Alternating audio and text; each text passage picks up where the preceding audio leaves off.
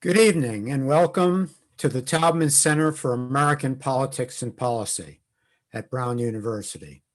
We're pleased to have so many students, faculty, and alumni and other interested citizens joining us virtually this evening. I'm Richard Arenberg, visiting professor of the practice of political science and a senior fellow at the Watson Institute.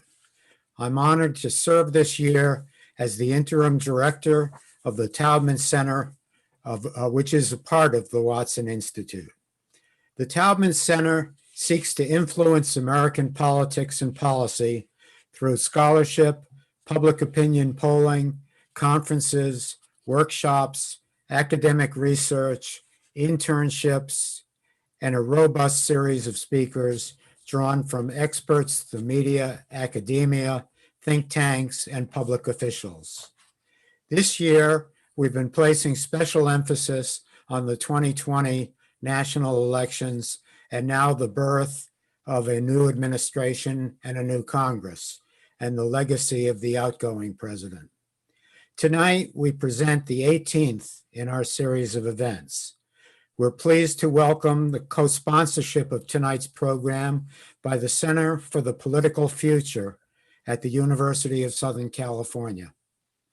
We're very fortunate tonight to have one of the nation's best political consultants, Mike Murphy, for a conversation about the future of the Republican Party and other issues on the American political scene. Mike Murphy is the co-director of the Center for the Political Future at USC. Murphy is one of the Republican Party's most successful political media consultants, having handled strategy and advertising for more than 26 successful gubernatorial and senatorial campaigns. His record in helping Republicans win in Democratic states is unmatched by any other GOP consultant. Mike has been called a media master by Fortune magazine. The GOP's hottest media consultant by Newsweek, and the leader of a new breed of campaign consultants by Congressional Quarterly. He's a widely known political pundit, appearing frequently on NBC, CNN, and NPR. Previously, he served as a regular on the Meet the Press Political Roundtable and wrote the Murphy's Law column for Time magazine. Mike served as senior strategist for both John McCain's first campaign for president in 2000 and Arnold Schwarzenegger's historic election as governor of California. Mike has worked on successful campaigns for many GOP governors and senators, including Jeb Bush, Mitt Romney, Terry Branstad, Lamar Alexander, Jeff Sessions, Slade Gorton, Dirk Kempthorne, Tommy Thompson, and John Engler. In the 2016 primary season, Mike served as the chief strategist to the Right to Rise PAC, which supported Jeb Bush's candidacy. In 2020, Mike joined former aides to George W. Bush and John McCain in endorsing Joe Biden for president. He has advised political leaders in 6 foreign campaigns also. A partner in the Washington, D.C. based Revolution Agency, Mike also advises several Fortune 500 corporations and several of America's largest trade associations. He has partnered with fellow campaign veteran David Axelrod to discuss American politics twice a week on the podcast Hacks on Tap. And I have to say, I'm a loyal listener to Hacks on Tap. Never miss an episode. He was born in Detroit, Michigan in 1962 and attended Edmund Walsh School of Foreign Service at Georgetown. Mike also served as a senior fellow at the Harvard Kennedy School's Beffler Center for Science and International Affairs and is on the board of advisors of the Institute of Politics at the University of Chicago. In addition to his consulting practice, Mike also works as a writer-producer in the entertainment industry. He and his wife, Tiffany, now live in Los Angeles, California. My conversation with Mike will last about 30 minutes, after which we will take questions from the audience. You may enter questions in the Q&A box on Zoom, which will be viewable to me. You can begin entering questions if you have them beginning now and throughout the program. Please keep them short and to the point. I'll convey as many of these questions to Mike as we have time for. This event is being recorded for later viewing, available on the Taubman Center website or the Watson Institute website. It is also being live streamed on YouTube. Now it's my great honor to introduce Mike Murphy. Welcome to Brown, Mike. Well, thank you, Richard. Thank you. I appreciate it. That is the nicest introduction I've ever gotten. So what are we doing tomorrow night? That was fantastic. So thank you. My mother wrote it, so it's probably a little long. But if you'd had a few more accomplishments, I probably would have passed out. Yeah, believe me, we're going to work on the shorter version. But anyway, thank you. I'm excited to be here. Well, it's great to have you. Well, let's just leap right into it. Let me ask you, is there currently a civil war in the Republican Party, or is it already over? Well, there's a civil battle. I don't know if it's big enough to be a war, but some of us would like to make it that big. It's kind of an interesting thing because, the assumption is that political parties are rational things and they exist driven both by ideologies that bring people together and a pragmatism to win. And, in the long term, that does rule out. It's taking a hell of a long time for the rational equation to take over the Republican Party. Because if you look at under our Trump lost weekend here, all 4 years and counting, we lost the House, we lost the Senate, we lost the presidency, we've lost just about everything. So this experiment you would think could be declared a victory, but right now, and the big interesting question is this nostalgia looking in the rearview mirror, or is it the future? The sway that Donald Trump has over the party, at least the person, the officials of the sway he has, remains really strong, which is why they're all fearing primary voter trouble.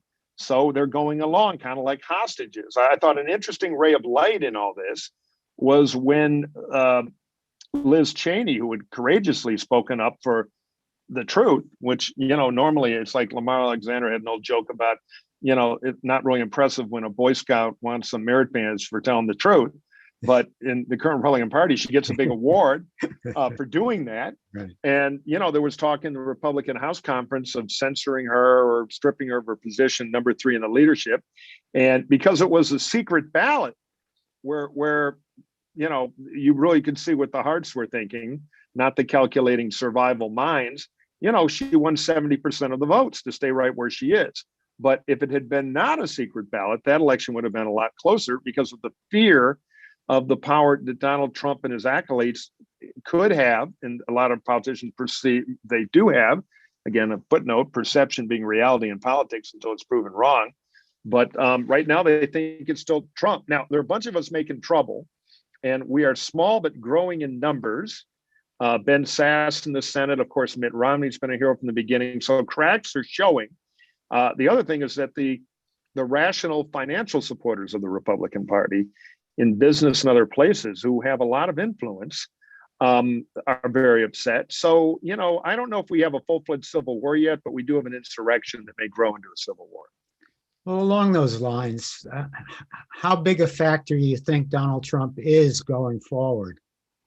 Well, I'm guessing here, and I've been wrong before, but I think he has a half-life. There was a time when Sarah Palin, on a smaller scale, was the most influential person in the Republican Party, and now you can hire her to open a car wash for $300. I think she's on Cameo. We could have, flipped 100 out and have her do a nice introduction. So, the mistake people make about politics is assuming it's static when in fact it's dynamic. It's always changing. The question is the rate of the change and the direction. So we will either have a return to some normalcy, or this Trump thing will have a half-life, but it'll go on for a while. And I think the testing season will be the Republican primaries for the midterm federal elections in 2022. That's upon us. So, they're a year from now, primary season will begin. And that's where it'll get litigated out in the voter lands, not in kind of the conventional wisdom casino. And we're going to find out. And just very quickly, I'd say there are two kind of interesting case studies you can kind of watch that show the fork in the road that is going to be litigated. And I'm guessing, and maybe I'm an optimist, that it'll go the regular way, but I, again, could be wrong. One fork is Senator Ben Sasse of Nebraska, who's been kind of crafty about Trump, but he's now going to be censored for the second time by the Republican Party of Nebraska. That doesn't really mean anything, by the way. That means the Central Committee, which generally are kind of cranky activists. But he fought back. He put out a video. You can see it all over online on my Twitter feed. I retweeted it a few times, where he talks to the voters of the state about why it's a badge of honor that the cultists and the party apparat are attacking him. So he's going on offense, and he's doing it well. He had a primary last time. He crushed the primary. He'll have more trouble, but he's kind of writing one playbook. But the other example, the kind of, canary in the will there be a fight coal mine, is in Arkansas, where there's an open gubernatorial election. And the front runner was a good guy. I know him, the current lieutenant governor, Tim Griffin, who was kind of moving on to probably win that race. Well, Sarah Huckabee, the daughter of Fox pundit, presidential aspirant, occasional miracle preacher Mike Huckabee, jumped in after her stint at the White House, which I would say was undistinguished because it was basically about putting the truth in a stranglehold.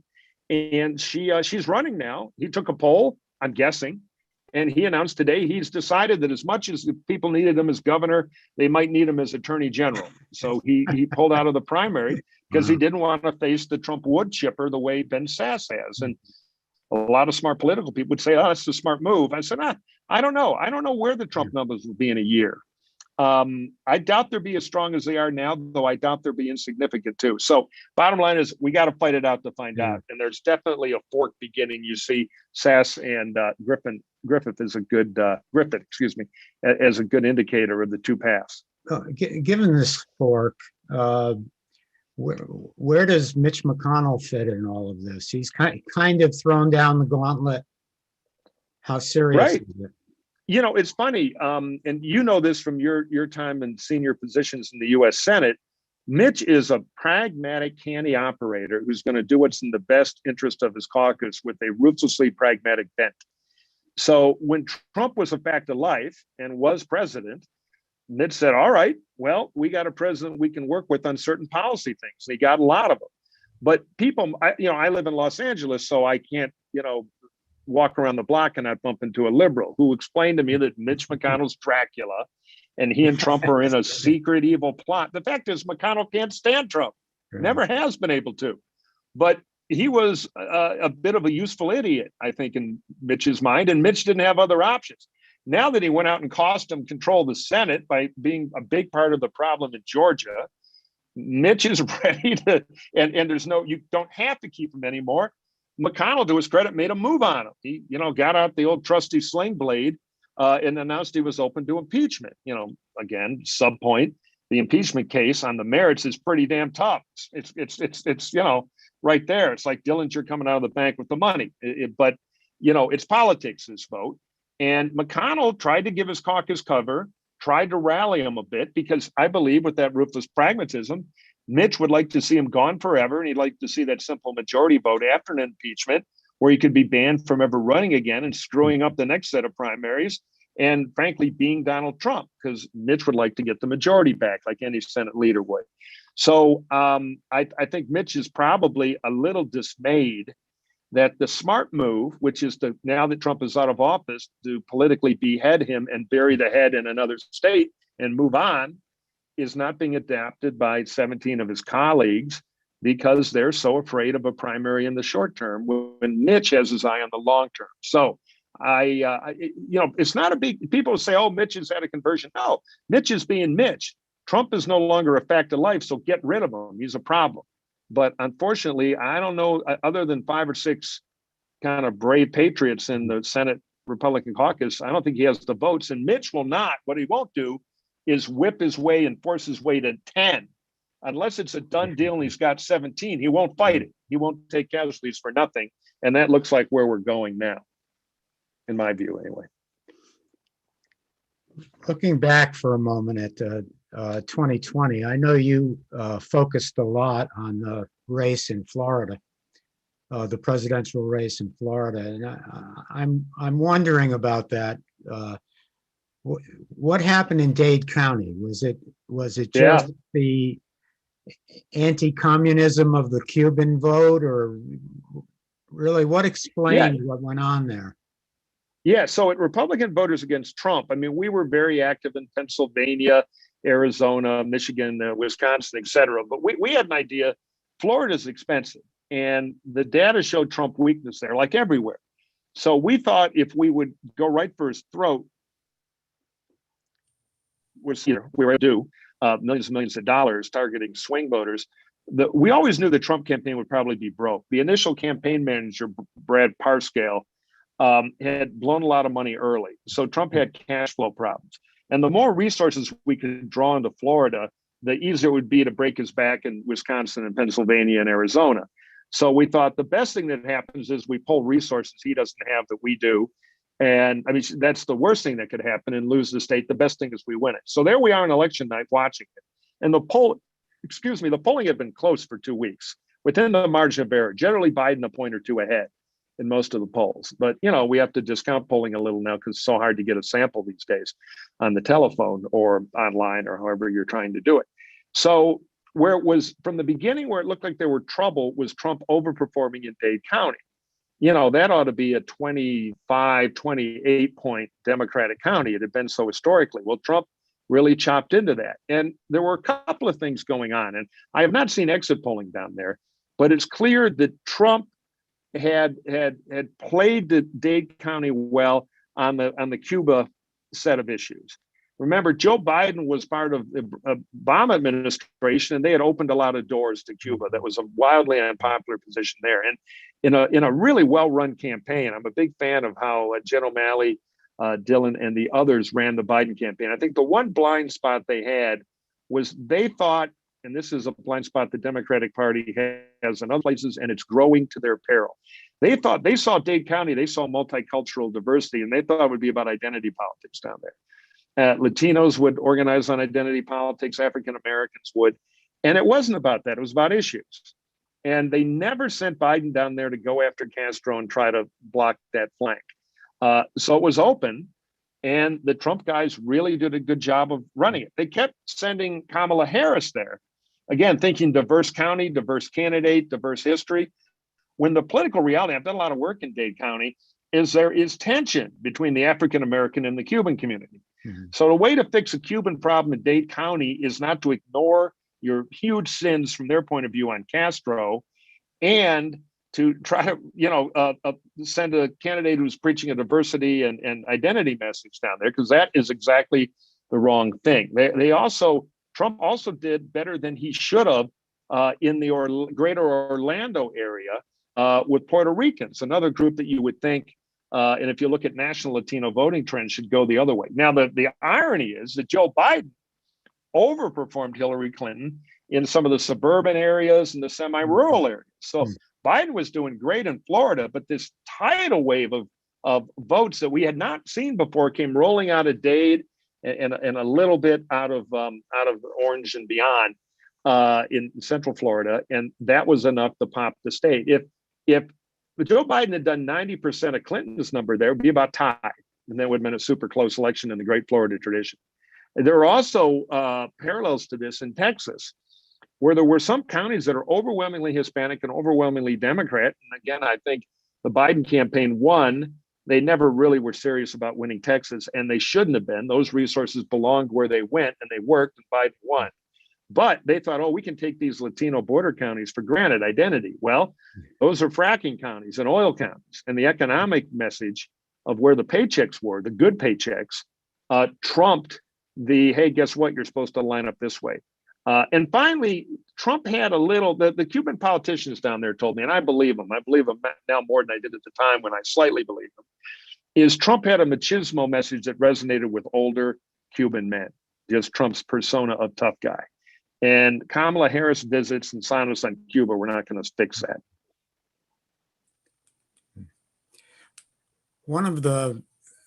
Obviously, one of the most fascinating states in the 2020 election was Georgia. Lots of national focus, of course, on Georgia. I really have two questions for you about that. One is what's been done in Georgia by the Democrats, is it repeatable elsewhere in the South, or does Atlanta just make Georgia that much different than all the other former Confederate states? Yeah. And the second question is, well, what do you make of the two Senate races? I mean, was that, does Stacey Abrams get the credit for that, or does Donald Trump get the credit for that? That is a fantastic question. I'll give you my opinion on it. I'll kind of do it backwards. So it is just the nature of political journalism and those of us who are obsessed with politics to always try to find Mark Shields used to talk about that, find the gimmick, It's always one gimmick. Who's the genius kid in headquarters who figured out to do radio ads at midnight? Or now it's the internet. Who's the internet genius? Or where's the ad with the dancing canary? That did it. They always try to reduce it one thing. And for Georgia, it's Stacey Abrams. Now, I think Stacey Abrams was a huge force for the Democrats as an organizer in Georgia. In fact, I wouldn't be surprised if Biden hits the political rocks and has trouble from the left, she could be that trouble, which is kind of interesting looking down the road. But the truth is, the big demography is always more powerful than the campaign gimmick. And Georgia has become a lot more like a Northern Virginia because of the primacy of the Atlanta metroplex, its size and vitality. And the involvement of the African-American community. They're becoming more and more economically powerful, which leads to more and more involvement in politics and more influence. So Georgia had changed a lot from the Georgia I knew when I was working for Mac Mattingly or Paul Coverdale in the mid 80s and early 90s. And that has tilted the scale a bit.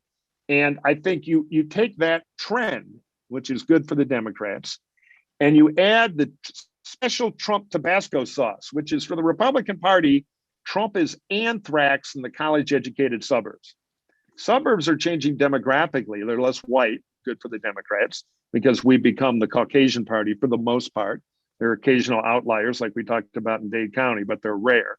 And so as the suburbs become less white Republican, that's one trend. And as college-educated white independents, who tend to be well-educated, slightly wealthier voters who vote Republican on their wallets, but are culturally closer to more modernist Democrats, as they look at Trump and thought he's horrible, and some of the suburban Republicans, particularly women, but it was everywhere, look at Trump and go, oh my God, the Republican thing it exacerbates the trend. So Trump murdered us in our own suburbs. And everything else in Georgia now, due to Atlanta mostly, but Savannah and other places, is less Republican, more swing voter, more urban and suburban. It was kind of a perfect storm. And on top of that, the Dems had their act together. And I think part of that was Stacey Abrams, but I don't think she's the miracle worker. You wouldn't send her into Alabama and shock her, the state moves 10 points. I'm all for her getting credit because she worked hard, but I don't think this personality thing where we find the magic, the gimmick, is a bit overrated.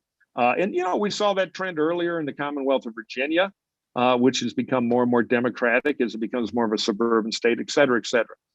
Now, as far as the runoffs, Trump took our problem in the suburbs and decided, let me make this worse. This is one of the reasons Connell had such a conniption fit about him because it was clear and the message was being sent. Trump, stay out of this thing. Don't make it a referendum on you, for God's sake. You know, they hate you. But Trump's ego, Rahm Emanuel just texted me. I think he's tuning in. So now I've got to start cursing. He's a frequent guest on Hacks on Tap and one of the best practical politicians in the Democratic Party. He's a very smart guy. But I would say about the run, Mitch is telling him, please, let's make it about the Democrats, not you. But Trump couldn't resist sticking himself into it. And then, of course, he was feuding a bit with Mitch. And so he, there were just a million Trumpian mad turns, and that totally got in the way. Plus, we had kind of only 1.5 candidates there. Senator Perdue was kind of a barely sufficient minimum, off the rack Republican candidate, and who might have been able to click through. But Kelly Loeffler, God bless her, but she was a disaster. She was just a bad candidate. This often happens with checkbook candidates because it's like an actor. They haven't spent the 10 years working the undercard to learn the craft. So boom, you're a senator. Boom, you got a big checkbook. And, she didn't really perform very well. The irony is that the governor of Georgia, Governor Kemp, was also in a fight with Trump. He's shown he's a Trumpian guy, but he's shown some independence on the Trump issue. He originally came up with Kelly Loeffler as a suburban, as kind of a suburban friendly candidate.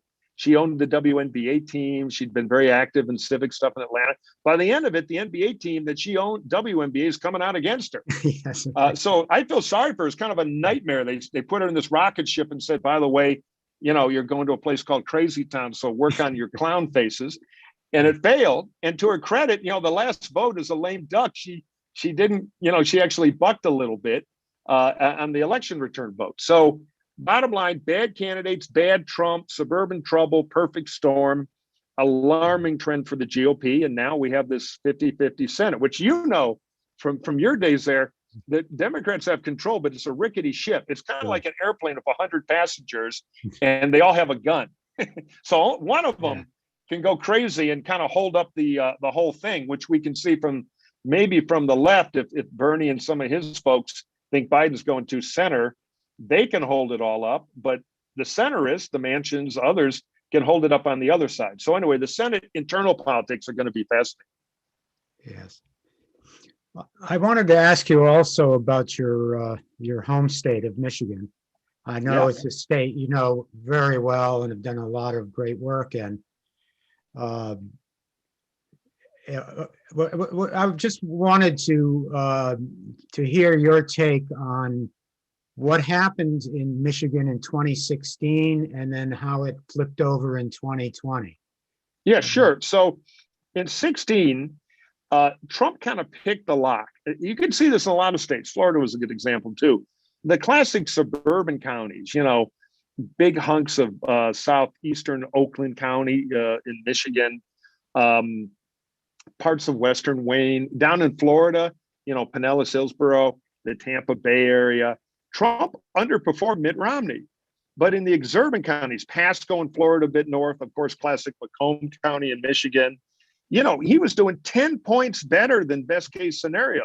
St. Clair County, even up in the Flint area, Genesee, a Democratic county, Flint, Michigan, in 16, Trump overperformed. So in these counties that tilted Democratic, but had a lot of white, high school, non-college educated folks who were just threatened by economic change and looked at Hillary Clinton and saw a campaign about culture and bathrooms and stuff like that, while they're hearing their brother is working in a plant in Michigan on weekends, disassembling 30-ton presses to put them on rail cars to Mexico. They're not so interested in the gender rules of the Charlotte municipal, public restrooms. And Trump was doing his grievance act saying, hey, they're coming in from Mexico. They're doing bad things. They're stealing your job. Chinese trade negotiators. And among that sliver of the electorate, which is well represented in Michigan, it resonated. And so he was able to eke out a victory. And, he also, in the rural, more Republican areas, and even the kind of Democratic precincts in those more rural counties, Trump did really, really well. I mean, he just spiked like crazy. My favorite example of this is Lucerne County, Wilkes-Barre, not far from Scranton, where Biden is from. It's one of the older counties in the country. You know, it's had a tough economic history for 50 years. Started in coal mining, big flood came, wiped them out. Then it was shoes. That didn't turn out so well. So, you know, it's an older, whiter area that has had some trouble, but had a big Democratic allegiance. About 300,000 voters, roughly. Ronald Reagan set the record for Republicans there. County was a little bigger then. I think he came out of it with about an 18,000 vote. I'm a little rusty on the number, but you know, big lead. Obama won it by about 7,000. It's gone Republican, you know, swing area, but plenty of Democrats there. Trump won it by like 30,000. Blew the doors off the place. So Michigan had a lot of those spikes. So did Wisconsin.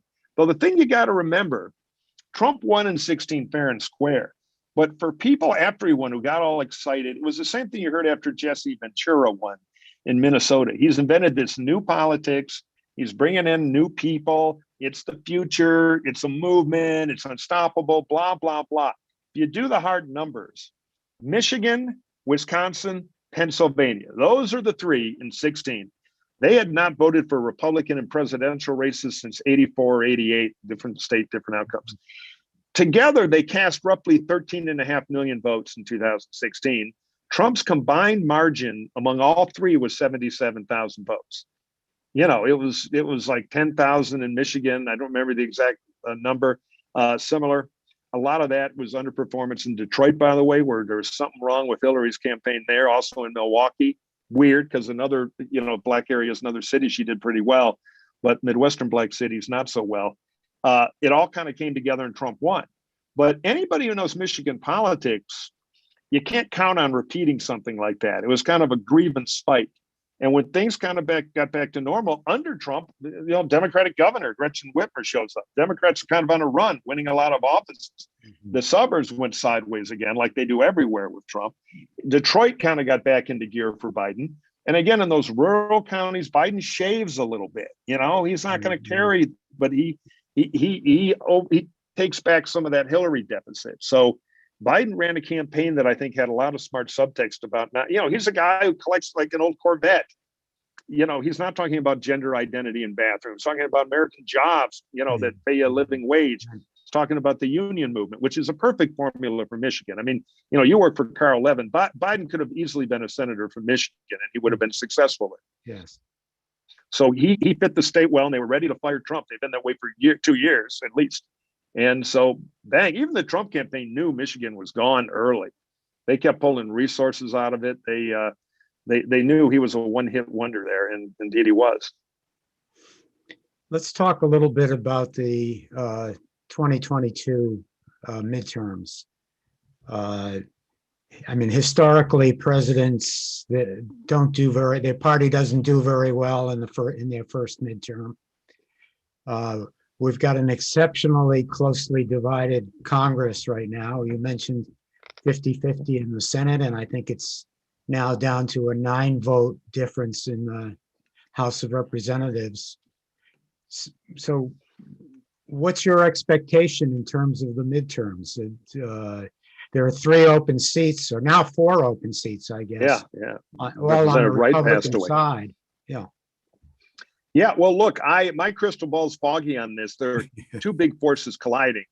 The historical norms, which, you know, don't dictate the future, but there are realities there. And generally, new president gets a little bit of buyer's remorse in the midterms of the first term and gets punished a little bit. So under that theory, the Republicans are clearly within striking distance in the House.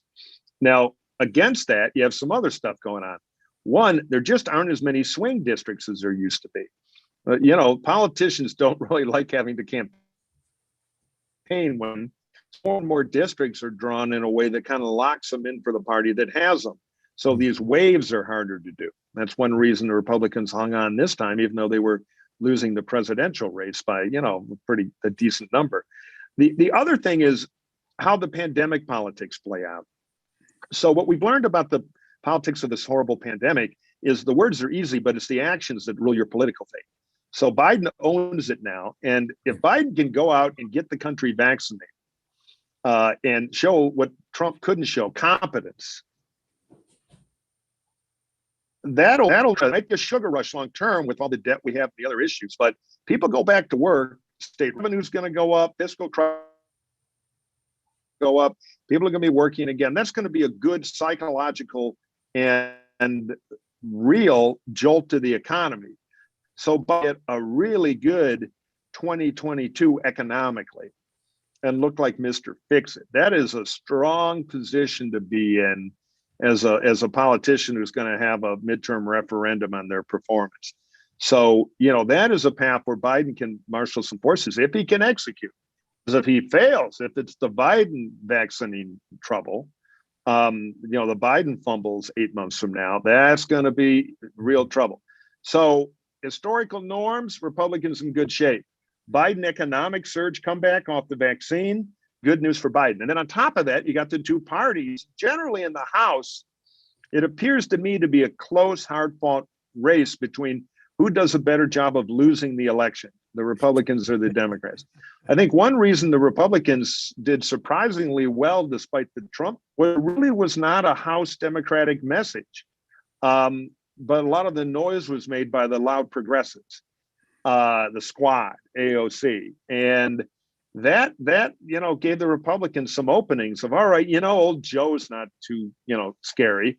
But some of these wackadoodles in the House, careful what you wish for. And I think a lot of that worked. So the question is, will the Democrats get off some of their ineffective messaging and take advantage of the fact that, we now have a member of Congress who the caucus has refused to censor, who basically goes out every day wearing a tinfoil umbrella so the Jewish space lasers can't get her.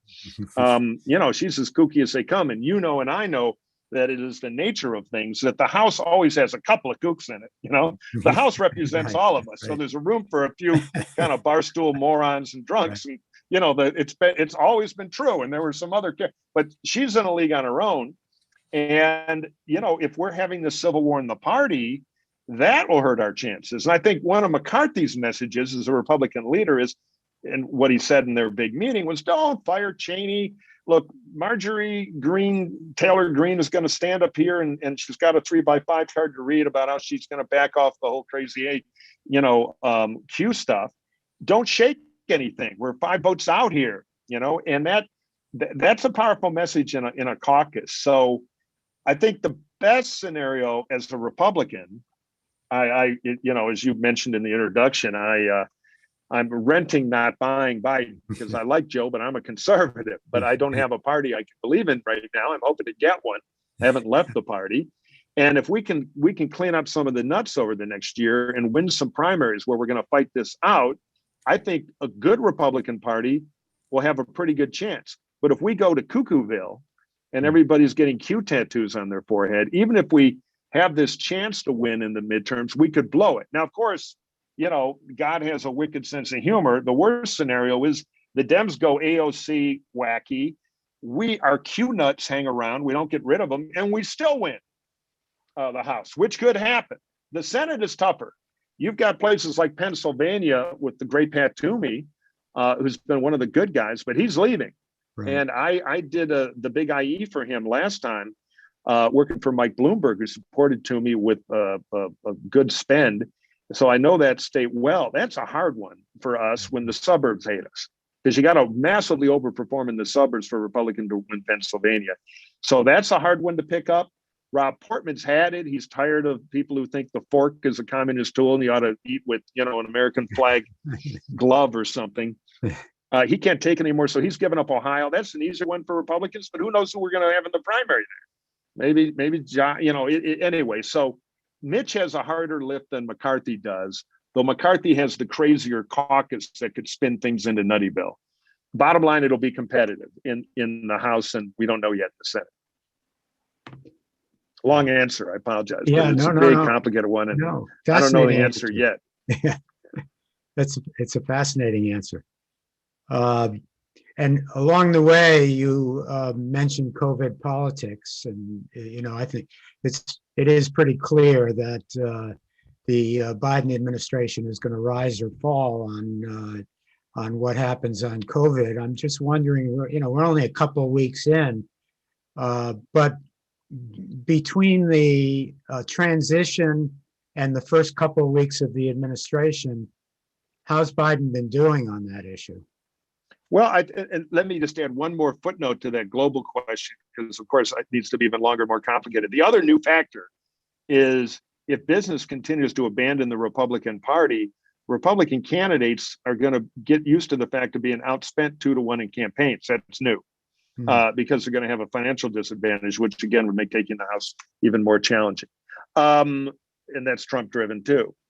So I think Biden has his priorities right. Now, I've got an ideological beef with him on the size of the $1.9 billion stimulus, 1.9 trillion. See, trillion, billion, nobody knows. I'll put it in street coin or conservative. Pretty soon you're talking real money. Yeah, exactly. Yeah. Exactly. The 4 trillion we've already appropriated. We haven't been able to spend it all, which tells you something. When you have so much money, you can't even get it out the door, although it is government. That is the same as the cost to the US government of World War II in adjusted dollars. So we've thrown World War II level spending at this. Now, I can argue, and I like Romney's plan to kind of do a welfare reform thing and put more cash grants into families with children to directly attack children with poverty with big checks. I like that plan. And I like the idea of extending unemployment benefits, because this is why there are unemployment benefits, these crises like this. I'm not sure if it ought to be 1.9 trillion, half the cost of World War II, but he's got the power to do it, and it looks like it's coming.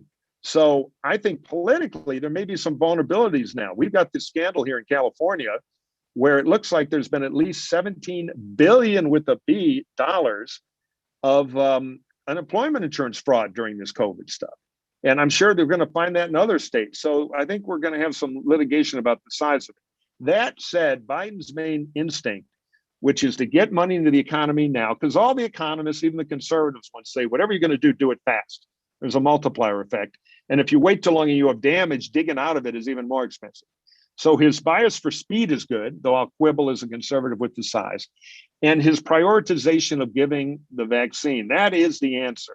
And I would, the problem is he's got to deal with states. Some states are great at it, some are terrible. But he might start short-circuiting that. And I would encourage him to be ruthlessly aggressive to get at least one vaccine into every arm everywhere as soon as possible as the production ramps up. Because if you get on the 2-shot vaccines, if you get one, that dramatically reduces your odds of being an asymmetric carrier. In other words, I feel fine, and you're giving it to everybody. So if we could just get one done and then prioritize vulnerable people for the second one faster in denser counties first, maybe. There's stuff to do to improve it. And he's got a smart team. Ron Klain knows this stuff in and out. I would give Ron the same amount of power MacArthur had after World War II in Japan, until he gets one shot in every adult arm in America. And I think the Biden guys get that. So I think they have a good plan. Now we're going to find out if they can execute. And I would tell them to break all the China they got to break, because politically, the execution is going to drive the economy, which is going to drive their midterms, for good or bad. Okay, the attack on the Capitol on January 6th. Now, that was particularly a horrible thing for all of us that spent a lot of time in that building. It felt very personal. But I'm wondering, given the way news cycles come and go these days, how long do you think that event will reverberate? Is it a factor going forward in our politics? It's funny. I don't know, but I have fears. I work, as you mentioned, in Hollywood. I belong to 2 unions, which has been a character building experience for a right wing nut like me. But I wrote this movie, and it's in the gun world, the commerce of guns. And I'm a Second Amendment guy, but it's an amazing story. And I learned a little bit about this. And every time there's one of these horrific gun massacres where somebody shoots a lot of innocent people, gun sales go up significantly. It's happy days are here again in the industry, because people fear more regulation or they feel for their security, but the outrage fades quickly, tragically quickly.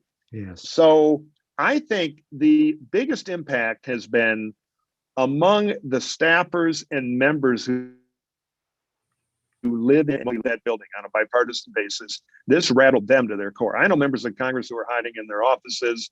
Yeah. I know staff who were traumatized.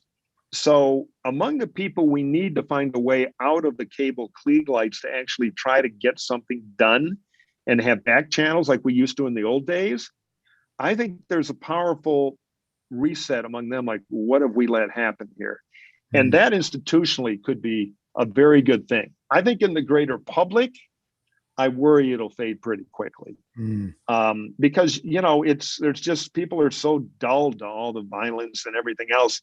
But the important thing is you have to, and this happened for a while, and I think during the impeachment trial, though I doubt it'll change the outcome, people are going to be reminded, the case is going to be made powerfully, the case is going to be made a powerful video. There might be a little rekindling of the outrage, because we have to look at this like nobody's tried to do that to the Capitol since the Redcoats. They're trying to burn down our democracy. This was not just another riot. Yeah. This symbolically is so important, and people need to step back and understand it wasn't just about crawling in the window of a building in DC. And I'm hoping the outrage doesn't go away, because outraged people, I think, are what we need on things like this to get back to the fundamental values of our democracy. But my guess is, having been in the cynical machinery of politics for 30 years, the public outrage will dim. But again, the staffers there, the people who are in that building, the electeds, they're scarred by it. And I think they might be able to harness that energy to do some good things. Yeah. Well, who would have ever thought we'd live to see magnetometers at all the doors to the House floor? Yeah, in your days in the Senate and when I was working around there, I never wanted to walk up to a member of Congress and say, "Hey, flash me your Chrome. What are you packing today?" Yeah. It's just unbelievable. When I first went to Capitol Hill, we didn't even have magnetometers on the doors, Right. the main doors. I mean, people used to be able to drive up to the White House. I mean, now Pennsylvania. I remember, driving up to the White House. sure. And to the gate there between the building and right up that middle thing. Now Christ, I haven't even been to DC since it. But the Pennsylvania Avenue was like got tank traps. You can't anyway. It's and how the security people are always in a bad situation, because something happens and they're like, "You should have known. It's all your fault." So they respond by, "All right, let's call in an army division of 18,000 guards." Yes. And there's no real reason they ought to ever leave, because we don't want to be blamed again. They always default to the escalation. So it's going to be an armed camp now for a long time. It'll be hard to undo that stuff. Right. It never goes all the way away. Back. It never goes back. It's like a one-way valve. Yeah. And that's a problem, because it has to be an accessible building. It's living history. And that's the whole idea. I remember one of the coolest things when we're shooting a television show about Congress right now that I created. And we're in various places that aren't the Capitol trying to recreate it. And it was funny with the costume and set designers kind of recreating hallways of the building. I said, no, you have to understand, it's not all guys in suits. There'll be 5 guys in cowboy hats visiting from the Oklahoma Cattlemen's Association. There'll be a class of 5th graders. It looks like America there. Yeah. And the people, they should be able to go see their members of Congress. Right. And if this thing is a military base, it just undermines everything. It's always been a source of great glee to watch the way various congressional committee rooms and offices and so forth are depicted in a lot of movies. They look more like the Taj Mahal than Congress. I think the best one of all time was Mr. Smith Goes to Washington, actually. Yeah. Oh, it's fantastic. And, if we get an order, we're build it right. Right now, we're kind of doing what we can for a pilot. But it's funny, we have a couple of congressional offices. And we manage, those black couches everybody has in the house, those black, we found the guys and we bought 2 of them for the show. But the problem is we can't make them worn enough, because everything is a little worn down, like the cloakrooms. People think, you walk into the cloakroom, you feel like you're in the sub lobby of kind of a failing movie theater or something. So it's hard to, make it look like it. It's about the only place in America where you can find a phone booth. Yeah, it's right. And a popcorn machine with popcorn, I wouldn't recommend you try, because it's been there since the 70s. Anyway, this is part of the civic repair of America. We got to get get Capitol Hill back to something that's secure, but not an armed state. I'm just curious. One thing that comes up a lot in the classroom is questions about the creation of a third party. And as a seasoned political professional, what's your thought about that? I mean, is you see any circumstance in which a third party is viable in our system? No, and I kind of hate third parties. Call me a political hack, but I've worked around the world where they have multiple parties. I did an election in Central America once where, the two beer brands, each started a party and they were in the hunt. So the problem with the multi-party thing is it splinters everything. And then it's all coalition politics. Having two parties kind of creates consensus. Now, that said, plenty of problems with the two-party thing. The problem with the third party, there are a couple of problems. One is it's hard to do mechanically because our system is Coke Pepsi. The distribution is designed for two parties. If you and I decide, hey, we're gonna start Zowie Cola, well, we're gonna need 15,000 trucks and a delivery route to deliver the stuff. I always joke about Dasani water, with no insult to Dasani water. I ask people when they bring up third parties, how many people here have had Dasani water? And all the hands go up. It's in the hotel minivan. It's at the McDonald's drive-through. It's at the convenience store. Why? Is it good water? Does anybody wake up and say, I'm going to walk a mile for a Dasani? No, it's not particularly good water, but it's everywhere because it's the water of the Coca-Cola company. It's on the same truck. So they can put it everywhere. They have the power of distribution. Bob's water doesn't. So the reason that's important in politics is right now it's a two-party deal. I mean, even if, let's say, Mike Bloomberg gives us $2 billion. We run you, Richard, as a third party candidate. You would have my vote. But the problem is we get to the electoral college. And as you know, if it's a plurality, even if you manage to have more, you go to the Congress and they do a unit voting where the Republicans and the Democrats have to get together and decide, hey, we got to screw the Republicans and Democrats, elect Ehrenberg. I don't think so. Yeah, right. So we'd have to change the system. Now, the one way I could see it happening in the future, because it is undeniable that people like the idea. Yeah. But the problem with liking the idea, if you get most people say, damn it, I'm tired of this crap. We need a third party because I hate the Republicans. I hate the Democrats. They're just politics. So we put them all in the Silver Dome or the Superdome. I guess Silverdome's gone in Michigan. We put them all together and we're going to find out they all disagree on everything. There is no third agenda. The agenda of the third party is I hate the other guys. You put them in, big fist fight breaks out. So, but even if that was solved, the Kardashians start a party. Everybody thinks they're going to solve everything in our new pop culture world. They figure out the Congress thing. You can't get on the ballot in half the states because we still have kind of the 1903 system. So where it will come to America to end this rant is eventually we're going to have blockchain encrypted voting on your phone. Mm-hmm. And right now, if we had elections by telephone, Putin would win everything. They actually tried it in Estonia. Easy to hack. But we actually did a project on this at JFK at the Belfer Center that I worked on. But if you, with blockchain, which is promising but not certain, you could get the technology right to safely vote on your phone and take all that party apparat, 1908, get on the ballot law stuff away, because Jeff Bezos, they solve it, which technically in the future is possible. Then the problem is you get a lot of parties. And then I'm one of these, Mark Lilla guys obsessed from the right. He comes at it from the left about identity politics. So now every gene code will have its own political party and we can all rank our grievances with each other. Yeah. So no, I'm for fixing the two-party system because it forces near majority and hopefully majority consensus. The third party thing sounds good, but it's a miracle diet that doesn't really solve anything in my view, nor is it practical in the short term. And what tends to happen is the two parties evolve. Right. I mean, the reason we don't have a Green Party like most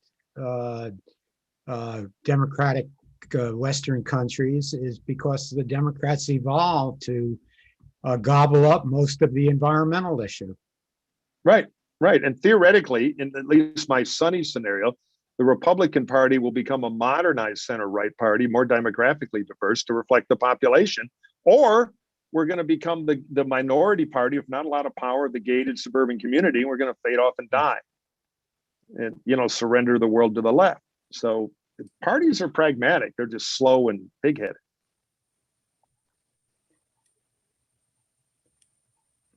Now, let me ask you, we're kind of piling up audience questions, so we'll go to the audience in just a minute. But Sure. let me ask you one last question. President Biden has put a lot of emphasis on reuniting the country and working across the aisle, and that's a message. I mean, all presidents come into office with that message. That all presidents, not Donald Trump, come into office with that message. But on the one hand, he's got a certain kind of unique credibility because he's got this long history in the Senate, and he's got a track record working with Republicans and being able to get stuff done. But of course, our politics now are so extremely polarized on a partisan basis. It seems hard to imagine that being very successful. And I'm wondering, number one, what you think about that, and number two, do you think it's damaged already by the decision to try to use reconciliation to pass the first big Biden bill out of the box? Yeah, I worry about that. I mean, I think Biden believes in it to his core, so it's very genuine. I think what Biden is really saying is bring civility back.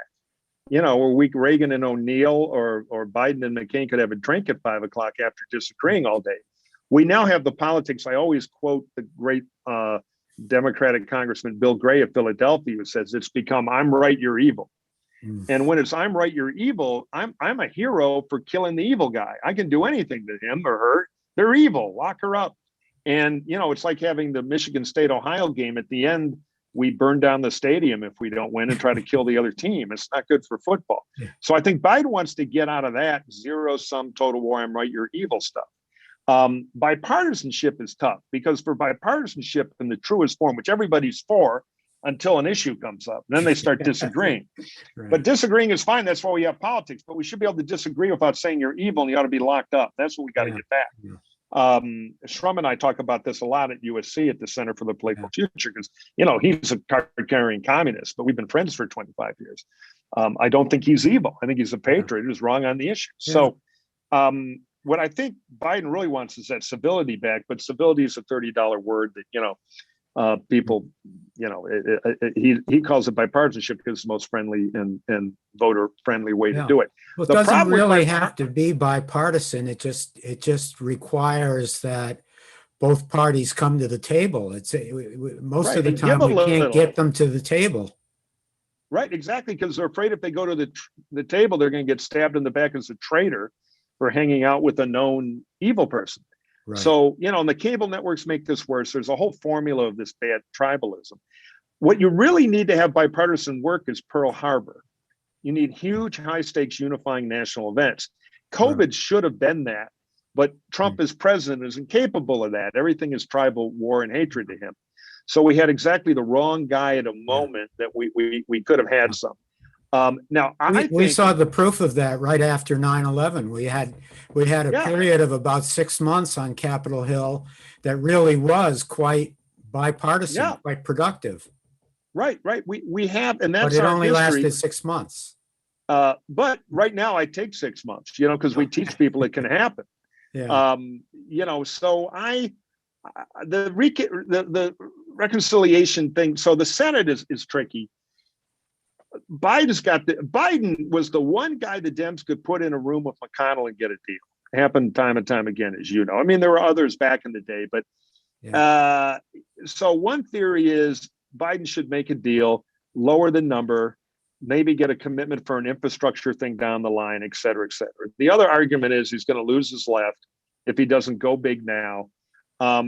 So the practical politics of what he did, I kind of get.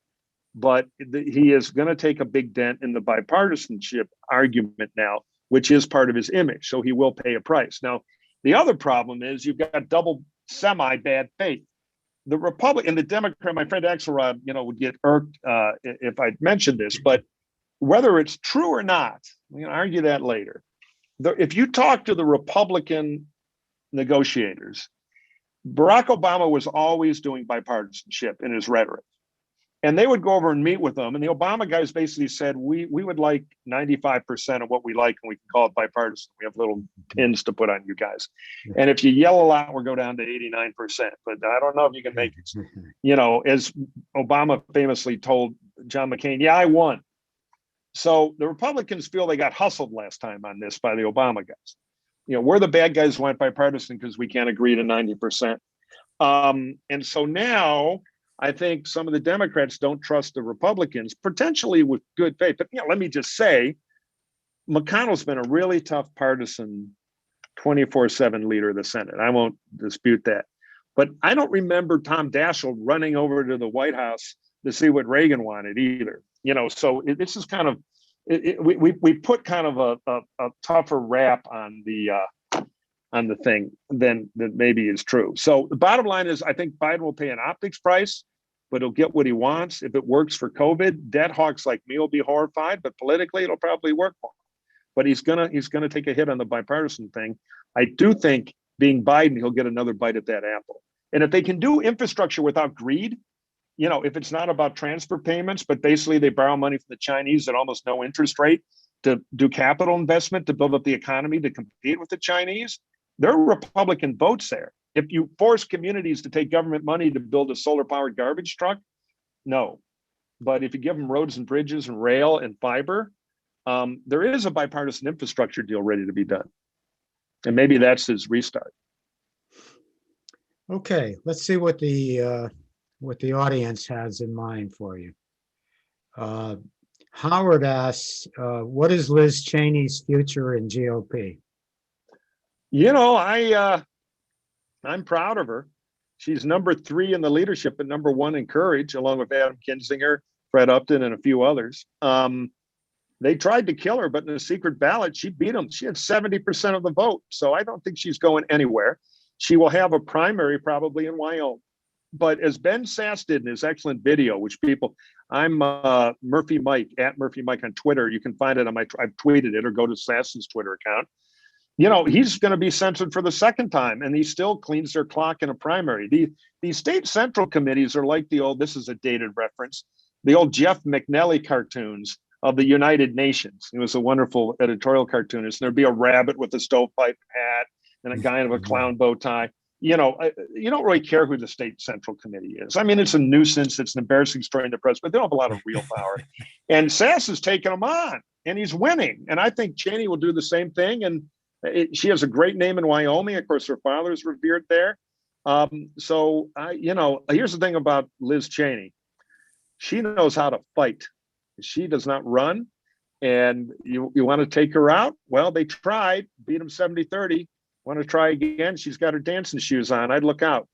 I haven't yet seen the Paul in Trump world who can beat her, but we'll find out. There'll be a primary and we're litigated.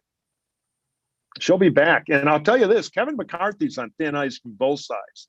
If, the ones who wish he would lead and give them cover don't like him, and the Trump true believers don't like him.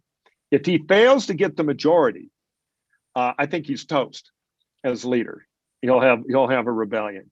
And if he gets the majority, he still might be toast. But we will see. I think Liz might be there longer than he is. Yeah, it's interesting. Justin asks, which of the current GOP senators do you see as the potential future star or standard bearer of the party after Trumpism recedes? Well, if it recedes, which is the big if. It's funny, the ones who praise him the most, of course, are the ones who are plotting to take his, position. That's why they're praising him. So obviously, Josh Hawley, the most dangerous place in Washington is between him and the New Hampshire primary. The guy Josh Hawley's kind of a smart guy who's slumming, pretending he's a Trump guy, played his hand way too big during the insurrection. He's lost a lot of his big donors. I think he may have blown up on the pad, and I'm happy he did, but he wants to run. There's a smarter version of Josh Hawley in the Senate, Tom Cotton from Arkansas, who kind of pulled his punches a little. He's also smart, talented, total cynic. He wants to run. Ted Cruz always wants to run Yes. and is acting like it. Marco Rubio always wants to run. Ben Sass would be very impressive. Doesn't have a big base, taking some chances on Trump, but that makes him interesting. And he's a good politician, very smart guy, generational. He's interesting. He's a Christian conservative, but not a grievance candidate. He's kind of Jack Kemp with a little more connection to the Christian conservatives in terms of social good. I keep an eye on him. Not sure if he can make it in the modern primary, but possibly.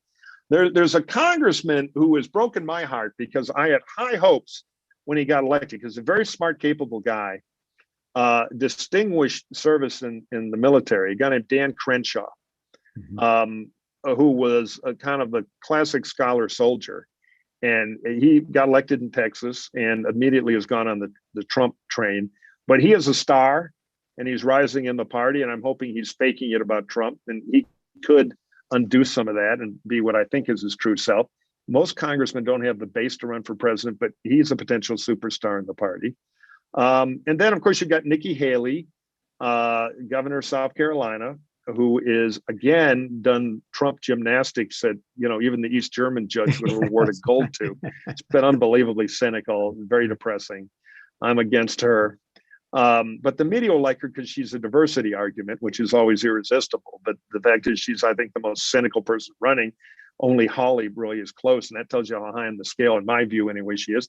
And then you got Kristi Noem from originally a congresswoman. Now she's the governor of South Dakota, who's been an absolute dunderhead on COVID, but is kind of an attractive candidate. And she's out on the hustings. Pence would like to run again. So basically, there are a ton of them. And Eric Trump, Tucker Carlson, it can go on and on and on. It's going to be like the Russian Civil War in the 1920s with 100 warlords all trying to take power until enough vicious Bolsheviks get together and bring order. And I can't handicap it right now, but there'll be a lot. And of course, what they all have in common when they're not praising Trump is hoping he's locked up by the Southern District or something, so he can't run. Or one of his kids can't run because they're in his way, or he's in their way, excuse me. So it's Game of Thrones all the way around. As you were talking about all these potential candidates in a large primary field, I was wondering about 2016. You started out with Jeb Bush, who seemed like conventional wisdom was that he was the strongest in the field.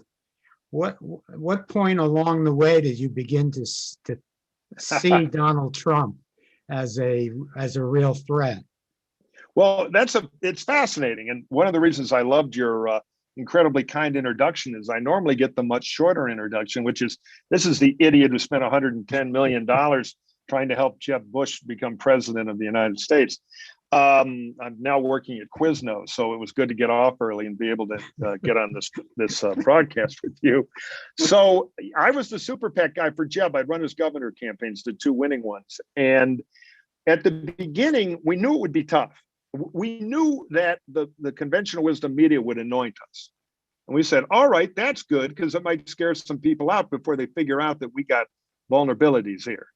And it also means we can raise a ton of money, and we'll see if money can buy us love.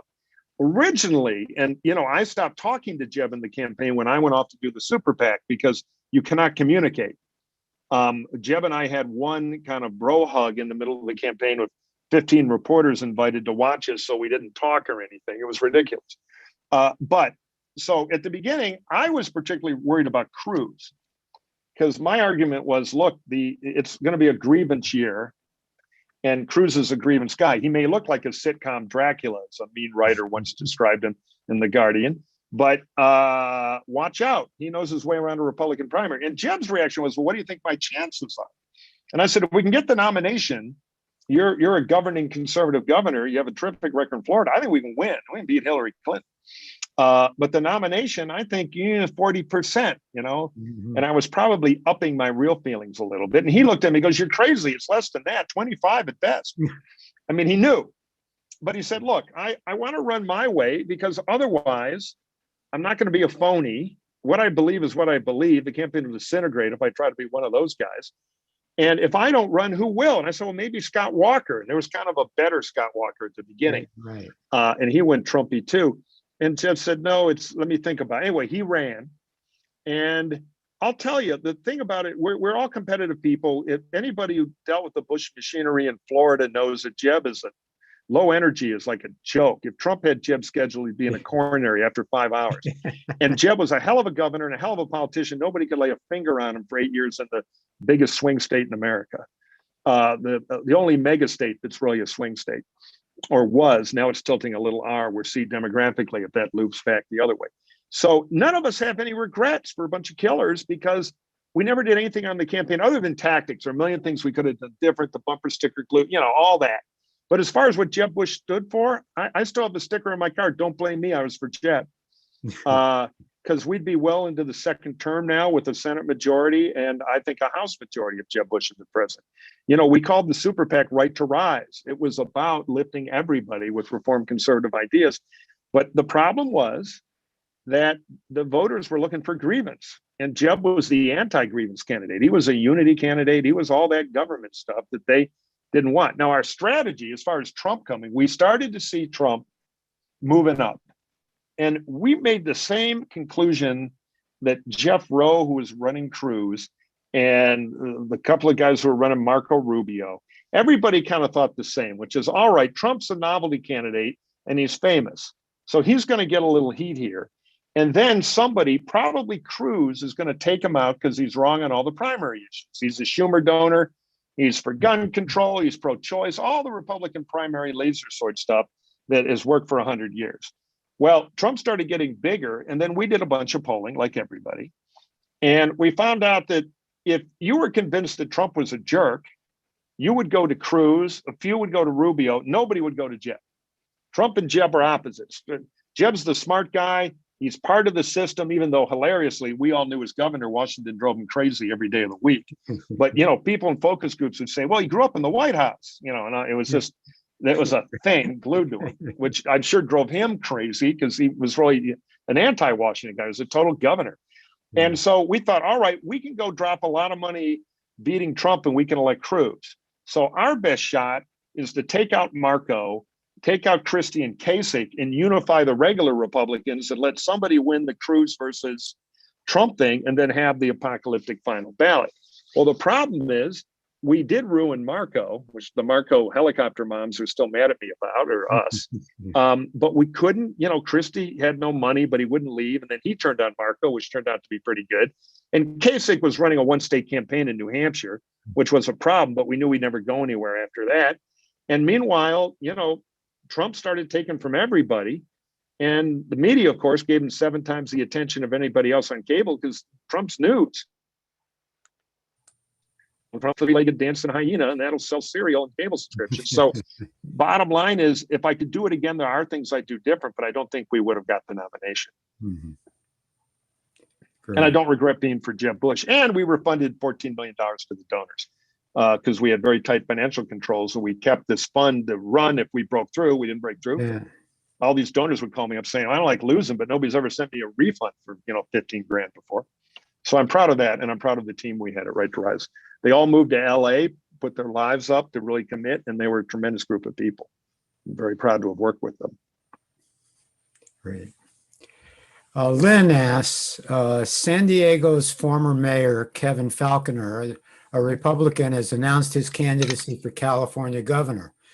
Unlike previous San Diego mayor and later Governor Pete Wilson, he has worked extensively and respectfully with our neighbors in Tijuana. Any chance for a moderate, business-friendly Republican to succeed in California? Well, it's hard in the normal election because you have to get through a primary. And there's always going to be a state rep or state senator in a day glow, lock 'em up bus driving around talking about immigration. And then you lose the primary. But if there's a runoff, I did the Schwarzenegger election in the runoff. So what happens is, again, Gavin could get caught on this thing. It has a long way to go. But when these runoffs are when the state is really mad, it was the car tax, the license tax with Gray Davis. So because of COVID shutdowns, if they keep bungling the vaccine and there's just this boiling moment, It's possible they throw them out. Then there's another election to pick their, so you got to win them both. Now, there's headwinds to recall elections, but if they're mad enough, they could do it. My guess is they won't, but there's potential here. There's enough dry, dynamite around, and there's a match. People are walking around with matches trying to get in the crate to light the dynamite. Maybe they will, maybe they won't. We don't know yet. Not to mention Jewish lasers. Yeah, well, they're standing by. When you see the clouds line up in a big queue, you have 10 seconds till the lasers come down. So the other thing going on is Falconer is the kind of person who could win one of these multi open primary things in a runoff, in a recall, because he might get 30 on the first ballot and have a runoff or something. It really depends on who all actually gets into this. Is there a flame-throwing conservative? We had Congressman McClintock, then I believe State Senator McClintock running against Arnold from the right. Luckily, he was underfunded, and we were able to kind of smother him out. But somebody like that gets into the high teens, and then the Labor Democrat might get to 50 if there's only one. So it's a complicated formula. But if there's ever a chance for a candidate like Falconer, or I'm mispronouncing his last name, Mayor Kevin, I'll do the Mayor Pete thing. This is Mayor Kevin, who was a good mayor. This is it. If the recall thing comes to light, it's not impossible, but tricky. It's a very special kind of election in a state that is less Republican than it was when Arnold won, which was still an uphill battle. Arnold started low in the polls, not way out in front, and he was a great candidate, and he was able to move himself forward.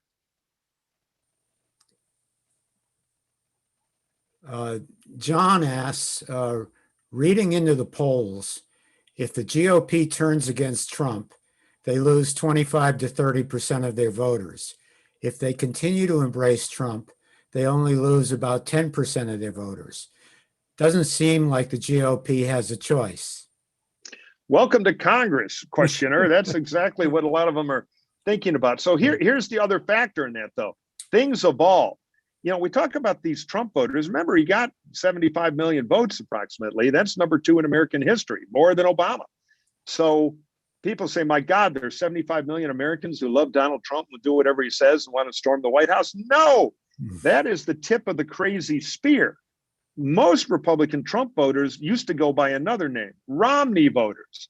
Before that, they were called Bush voters. Yeah. They're habitual Republicans.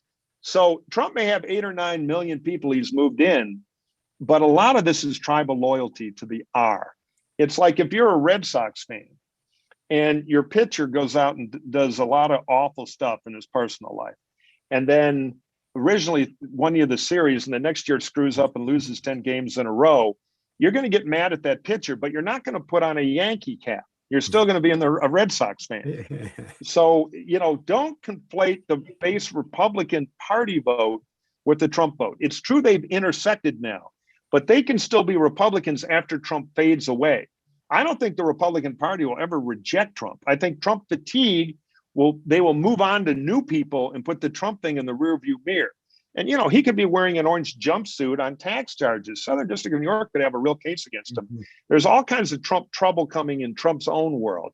So the question is, will the party move on, or will the diehard, more Trump kind of Bonapartists stick around, and will they be able to win enough primaries to control the party, not only in 2022, in 2024? Or will the Trump crowd lose enough primaries in 2024 that the party starts making a collective decision forward? That is the big question. It's not that Trump won't fade away, but Trump may become less relevant to the politics of now and be about the politics of then. And that's what we don't know. But traditionally in parties, they do move on. Nobody was running around in 1980 saying, stop Reagan, we need Jerry Ford. So we'll see. Now, I know Trump's a special thing, right. And he had that grip because the party is becoming more populist. Because in my view, partially, bad human behavior leads this by leaders like Trump, who in my view ran a racially tinged campaign from almost moment one. But this fetish the Democrats have for looking at the country as a confederation of groups lets nativists like Trump start saying, hey, white people, you're a group and look out, they're coming for you. And what the Democrats learned the hard way is if we do groupism politics, there are a lot of white people that the Trumps of the world can unify and cook up on race. And that's not always the best politics for the Democrats. Obama, the amazing history-making first African-American president, never defined himself, his candidacy or his presidency, through identity. Hmm. Democrats haven't learned a lesson from their own best guy, and that's fuel for Trumpy stuff. So I don't know if it'll go away. I don't know if the ideas and the anger, the populist rage behind Trump goes away. But if we have a good economy, if real wages go up, we beat COVID, and we can get a reformed conservatism that appeals to voters beyond the core Trump vote, maybe 25 million of the 75, we have a chance to shake this thing and have political success. Big if, but we could. Raymond asks, Mitch McConnell wanted to install ideological and inexperienced judges. He got what he wanted. I think many of them will resign in time because they will need money to pay for college and other lifestyle expenses. I'm a conservative, so I'm not going to get on the McConnell judge train. No matter what side of the judge debate you're on, you got to admit Mitch played that piano like Captain Nemo. He knew what he was doing. And that's what political parties do, by the way. Winning and losing counts. He had the votes. He did the thing. Next time organize better and win. Yeah.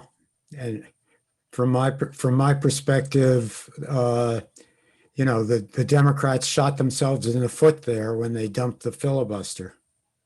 Yeah, I'm with you on that. I mean, we should spend a minute on it. It looks like it's this idea of blowing up the filibuster forgets what the Senate is for. You don't like the Q lady in the House? Well, the founding fathers were worried about that because they knew there were taverns and drunks and cows for democracy. The Senate is supposed to be a little slow and difficult, not the instant gratification machine. So this run to turn the Senate into the House, I think is terrible. And a lot of Democratic senators agree, which is why they haven't done it. Right. To their credit, including, I think, in his heart, Joe Biden, who knows? Because Right. he knows the Senate like the back of his hand. So your book is great, and people ought to read it now, because the cable TV argument is, the filibuster's in the way. We got to rock on America, get rid of it. And you make a good argument against it, and people ought to read that, because careful what you wish for. Well, thanks for that.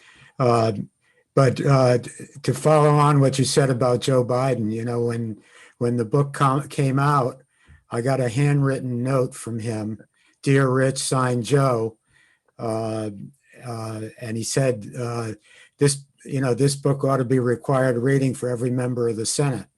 Yep. So, I think he understands about the filibuster. Yep, absolutely. Biden knows best on the filibuster. That's my bumper sticker. Yeah. Mark asked, do you think some Republican congressmen are now against impeachment because they've received death threats? Well, that's funny. I've got a couple of friends in that institution who on both sides of that vote. And I can tell you, the Gabby Giffords thing shook them back when she was in her district. Thankfully, she survived. And then later at the softball game where Steve Scalise got shot. Yeah, sure. So it in their greater family of Congress, it's on their minds, because people watch TV, so they think these guys are all driving around in a limousine and they've got 20 Secret Service guys around them and they can order people killed. Life of a congressman is a guy walking through an airport, maybe with an aide yelling at him about, don't forget that guy you hate is holding a fundraiser for you, so you got to show up at his house and take a photo with his new cockapoo and listen to the idiot wife yell at you also for an hour and a half. Then you got another fundraiser, and they're like dragging the thing to the plane to go back, where they pay the second mortgage they can't afford because they want to keep their kids in the school. So guys like me don't run ads that they don't really live in the district anymore. And then they get there, and then another aide picks them up, or they just, they take a cab. Right. These guys are not in a bubble like that. They're vulnerable. At their public events, maybe a local cop shows up in case somebody wants to throw an egg at them. They can arrest that kid and drag him out. So I think it's on some of their minds that they don't really want to be in front of the crazy right now. The other thing you got to remember about the House people during that vote, I'm very proud of the 10 who voted, because they didn't have to, because Nancy was going to deliver that vote. Impeachment was going to pass the House. So their votes didn't matter for anything but their own honor. And they're all going to get primaries. We're raising a defense fund for them. And they all put political skin in that, when really how they voted would not affect the outcome. The Senate guys, on the other hand, they got all the same problems, but they will affect the outcome.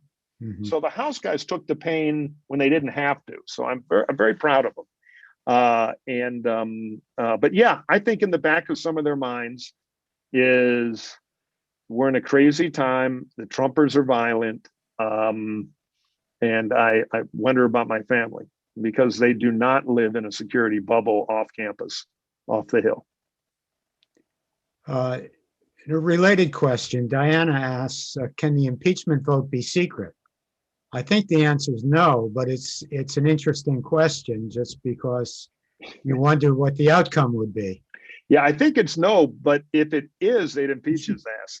I had two senators have told me great lights out in the Senate jokes. One senator 15 years ago, there was a senator from Pennsylvania, used to be the Philly DA named Arlen Specter. Mm. And Arlen was very tough and very smart. Arlen, by the way, he sounded just like Bob Dole. Arlen Specter had that twang because they both grew up in Russell, Kansas. So they both had a Kansas twang. In fact, I made a movie about Dole when he ran, and I interviewed the teacher. Oh, Arlen was the smart one. Bob was popular. But anyway, it was complaining about Arlen Specter and rubbed the temple, and the senator said, I'll tell you something about Arlen, damn it. If I was in broad daylight, if I was in the Senate and I had to beat one of my colleagues with a claw hammer, it would be Arlen. If I had to, obviously I'd be guilty. If I had to pick one of my colleagues to defend me, Arlen, no doubt at all. So now another senator said, boy, if we could ever get Trump in the Republican conference room with no Secret Service, turn out the lights for 2 minutes, we'd kill him. Because they know they're hostages. They know.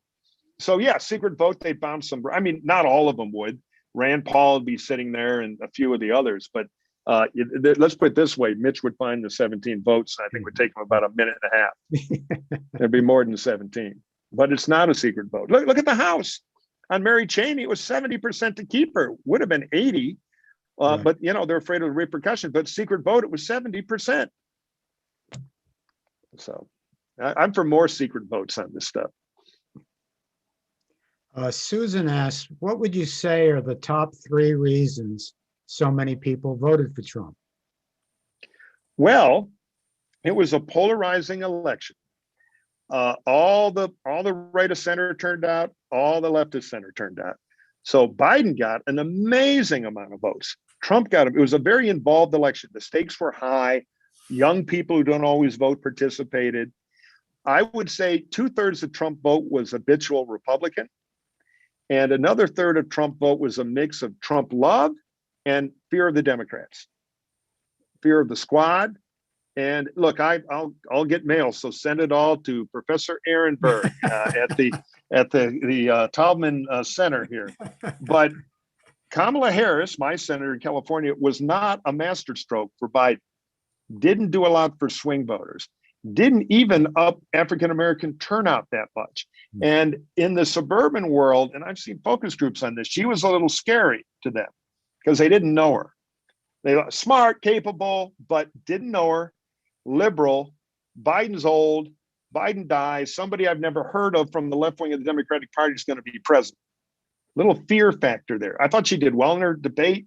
She was a better VP candidate than she was in her primary campaign, which was pretty much a disaster. But, there were ideological fears about the Democratic Party. And I think, the Trump campaign did an okay job of working that up. That said, Trump got a lot of votes, but it don't matter because somebody else got a lot more. Well, we're almost out of time. I think we can maybe squeeze one more question in. And Carol wants to know, will you talk about the impact of the Lincoln Project? Well, I wasn't at the Lincoln Project. I was at the Grover Cleveland Project. No, I was at something called Republican Voters Against Trump, which Bill Kristol, Sarah Longwell, Tim Miller, and I did. And we spent $40 million in all the right places. And we had a little different approach. The Lincoln guys were good at doing kind of shocker ads that a lot of people shared on Twitter, many of them Democrats. We were very disciplined about all swing voters all the time.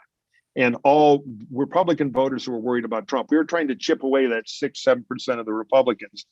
And the data indicates we were pretty successful at it. So we were highly targeted. We did a ton. We were, I think, the second biggest Facebook advertiser in Arizona and way up there in Pennsylvania too. As we discussed, we did a ton among swing voters in Florida. We moved a bunch of target counties.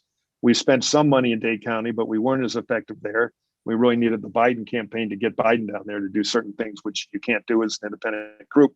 But I can talk about our campaign, rvat.org, and I was very, very proud of it. But, you know, Lincoln, look, anybody going after Trump, I'm for. So I'm glad they were in the fight, but I don't know much about their operational stuff, what they spent money on, et cetera, et cetera. I do know there's been press about my old friend John Weaver. We worked for McCain together, who's in this tragic thing where he has, you know, broken my heart and many others by apparently involved in this this tawdry behavior.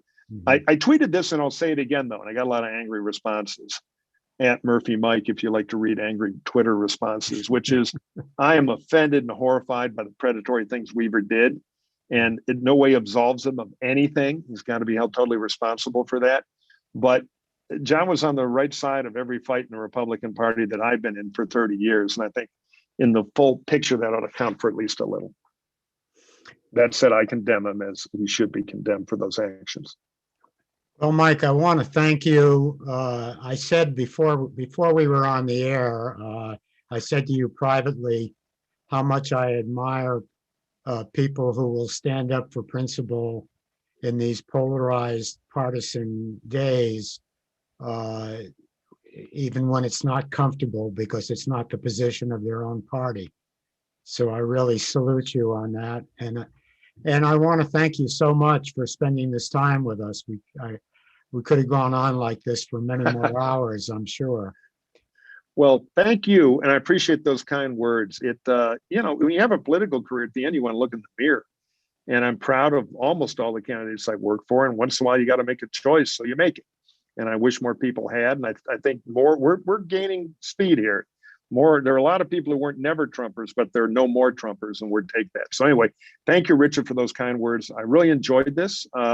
If you like this kind of blathering, you can join Richard as a listener to Hacks on Tap, where my old friend David Axelrod and I do exactly this. We've been friends for 30 years where we beat the brains out of each other in campaigns and do a little inside baseball. So it's on your podcasting dial. And again, thanks again, and congratulations on this great institute.